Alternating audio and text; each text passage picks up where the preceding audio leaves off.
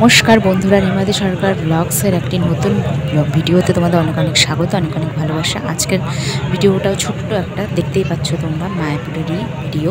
তো মায়াপুর বলে না, মায়ার বাঁধনে বেঁধে ফেলে, সত্যি তাই।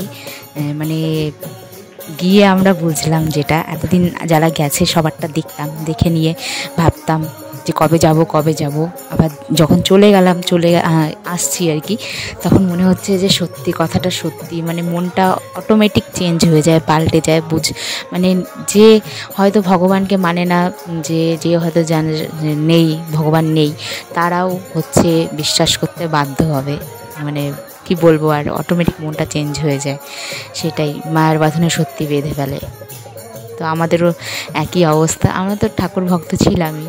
তো যাই হোক, এখন এখানে এসে নিয়ে আরও বেশি মানে মানে অনুভূতিটা বোঝাতে পারবো না তোমাদেরকে, এতটাই মানে ভালো লাগছে, এতটাই যেখানে দেখতে পাচ্ছ সবাই এখানে ফরেনার যারা থাকে, বিদেশি যারা, তারা তো আরও মানে হরিভক্ত নামটাকে, যে রাধাকৃষ্ণের এটাকে যে ওরা এতটা আপন করে নিয়েছে। সবাইকে দেখতে পাচ্ছ শাড়ি পরে, মানে ইন্ডিয়ান মানে হিন্দুদের যে কালচারটা আমাদের, ওরা এতটা নিয়েছে নিজেদের মধ্যে, মানে ভাবার বাইরে আর কি।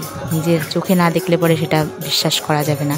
এতদিন শুনছি, এখন নিজের চোখে দেখে আমার চোখটা একদম সার্থক হয়ে গেল।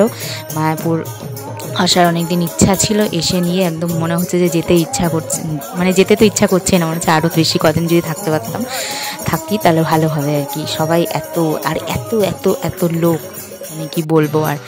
আর সবাই দেখো, ওরা কি সুন্দরভাবে নাচ গান করে, মানে এত আনন্দে সবাই হরিনামটা করছে, যে হরিনামটাও এরকম করে করা যায়, করলে পরে কেন যাবে না। আমিও ভিডিও করছিলাম, আমার বর দেখো নাচছে, ওই যে গোলাপি কালারের পাঞ্জাবি পরা ওখানটায়, ও একদম পুরো হরিভক্ত। যা বুঝতে আমি কি, আমার থেকে বেশি, আমি অতটাও না, মানে করি, আমিও করি ঠাকুরের কিন্তু ও বেশি আরও। তো যাই হোক, ওরই আরও আসার বেশি ইচ্ছা ছিল। দেখতে পাচ্ছি কীভাবে নাচ করছে তোমরা। তো এটা বেশি ভিডিও করতে পারিনি, কারণ সন্ধ্যা হয়ে গেছে, সন্ধ্যা আরতির ওখানটায় যাবো দেখতে। তার আগে ওরা সন্ধ্যা আরতি কীর্তন করছিল এখানটায়, আর একটু সামান্য মানে দান তুলছিল আর কি। ওই ফাঁকে একটুখানি দেখে নিয়ে এবার মন্দিরের ভেতরে যাব। মন্দিরের ভেতরে তো মোবাইল নিতে দেবে না, বাইরেই যা, ওই জন্য সামান্য এটুকু ভিডিও করে তোমাদের জন্য শেয়ার করলাম। মোবাইলটা সব জমা রেখে মন্দিরের ভেতরে যেতে হবে। সন্ধ্যা আরতির সময় হয়ে গেছে, ওখানে যাব। মানে তোমরাও এসো, দেখো, পরিবেশটা এত দারুণ, এত ভালো, মানে বলে বোঝানোর মতো না। দেখতেই পাচ্ছ লাখ লাখ লোক, এমনি তো না, তাই না? যাই হোক, ভালো থেকো, সুস্থ থেকো, পরে ভিডিওতে আবার দেখা হচ্ছে, টাটা।